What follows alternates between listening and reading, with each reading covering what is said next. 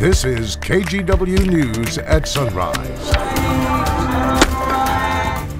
Quite jarring. And part of me is thinking at the time, like, what an idiot, because I have my dash cam running, so I have a clear video. Oh, makes you jump a little bit. Can you imagine being the one behind the wheel, though? Hear from two people randomly targeted by a man throwing rocks and bottles at cars in Southeast Portland. Plus,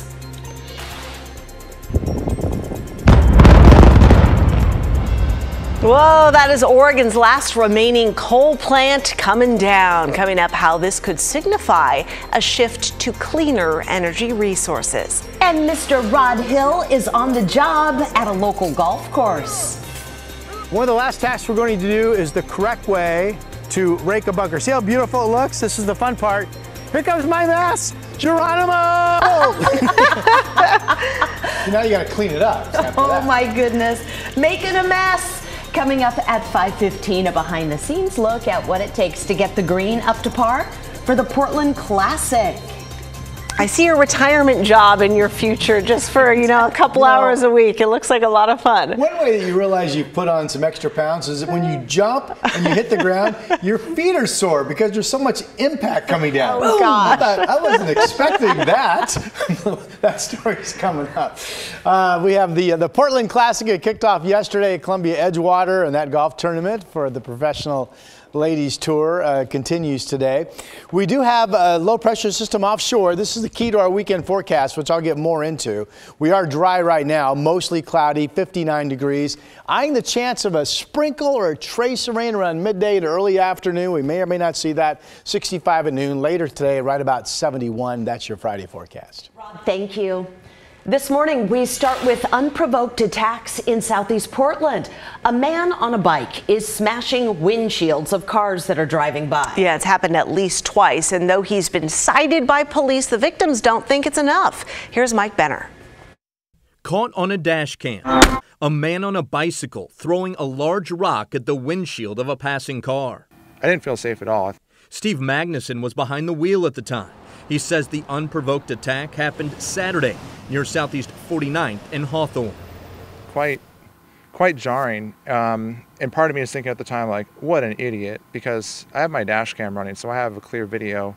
Steve was also thinking to himself how lucky he was that this ended with only a shattered windshield and nothing more. Yeah, if it happened in a different circumstance, there's a chance I could have wrecked, definitely. I have been pretty afraid. It would be one thing if what happened to Steve was an isolated incident, but it's not.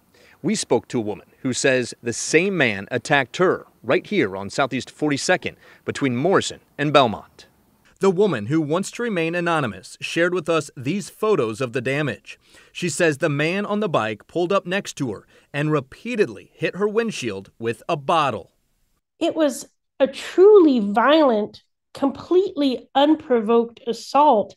I didn't feel like this was a property crime to me. This felt like a personal attack on me, that he looked at my face, into my eyes, and was violently hitting my car right where my face was. And, I can only think of all the terrible things that could have happened. It seems like his MO is to really intimidate folks. Steve gave a suspect description to officers who managed to track down the guy, identified as Robert Casey Mcclatchy. The 51-year-old has a criminal history that dates back 2 decades. He's been busted for assault, harassment, and burglary, among other things. For this attack, Mcclatchy received a citation for second-degree criminal mischief. I would be bold to say, yes, more needs to be done, because, this person was trying to hit my person with a rock. It seemed like they were attempting to do a lot of injury to me. Fortunately, Steve was not injured in this attack, at least physically. Mentally is a different story. Hopefully that'll go away with time. But I certainly won't feel the same way again. A 51-year-old man's been charged with attempted murder following a robbery and shooting at Wild Horse Casino out east in Pendleton. Investigators say Javier Francisco Vigil demanded $1 million from a cashier at the casino last month. He then allegedly took out a gun and threatened to, quote, bathe everyone in blood. Police say the cashier handed him $70,000. He tried to escape and in the process shot at a tribal police officer.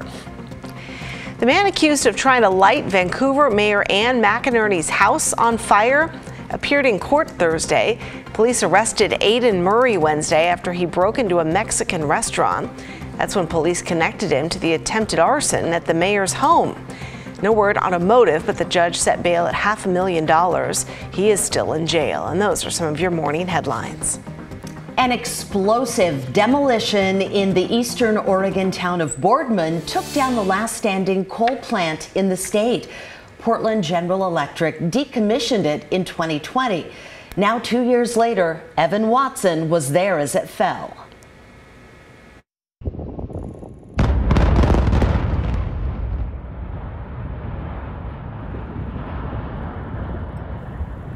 Within 20 seconds, a symbol of Oregon's reliance on coal for power collapsed to the ground. The Boardman plant has been offline for 2 years and mostly disassembled. It was the largest single-point source of pollution in Oregon, but it also provided reliable power to hundreds of thousands of homes. PGE closed the plant in response to environmental lawsuits and consumer demand.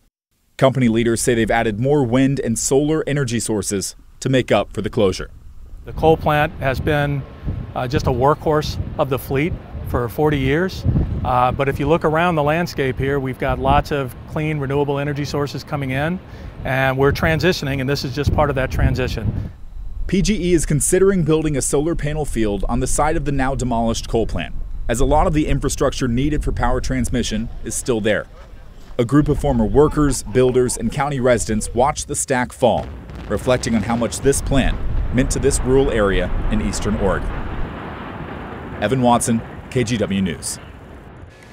And a quick heads up for drivers. Overnight, ODOT crews will begin oiling and greasing the interstate bridge cables. They used to raise and lower the bridge spans. So they say you got to expect intermittent bridge lifts starting tonight at 9 o'clock. It wraps up by 5 tomorrow morning. Each lift should last no more than 20 minutes. They won't lift both sides at the same time, so one sidewalk will remain open for pedestrians and people riding bikes. Oiling and greasing, they have those big black gloves. Sounds messy. Okay, this is cool. Did you guys know that tomorrow is Free Museum Day across the country, including right here in Portland? So to celebrate, we're at the World Forestry Center, one of the places that you can visit. This is photographer Eric Patterson out there giving us a shot of Peggy. That's the name of the locomotive built back in 1909. It was originally wood-powered before eventually using oil. National Free Museum Day.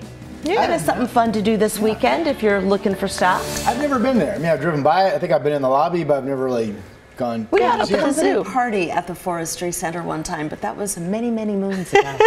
Yeah, lots going on. I was not invited to. You didn't was work it before here my then. time? Yes. Okay, that makes me feel better. Thank you. Here's a look at a reminder of what we're tracking as forecasters over the weekend. It's this big ball of clouds here. This low is going to come in near the Oregon coast, but not push inland, and then drop south. And as we're going to show you in a moment, Futurecast models hold nearly all of the rain offshore with that low. So if that's true, we would be dry to mostly dry today, tomorrow, and Sunday. Here are the temperatures to start your day. Right now, everybody's reporting dry weather. 59 in Salem and Portland, 60 out in the Dalles, 47 up in Kelso. So there are some cooler spots, including 43 in Bend. Okay, let's show you a couple of our Futurecast movies, and hopefully these give you a good idea of what we're looking at, and maybe help you plan your outdoor activities a little bit. I'm going to stop this at 1:30 this afternoon.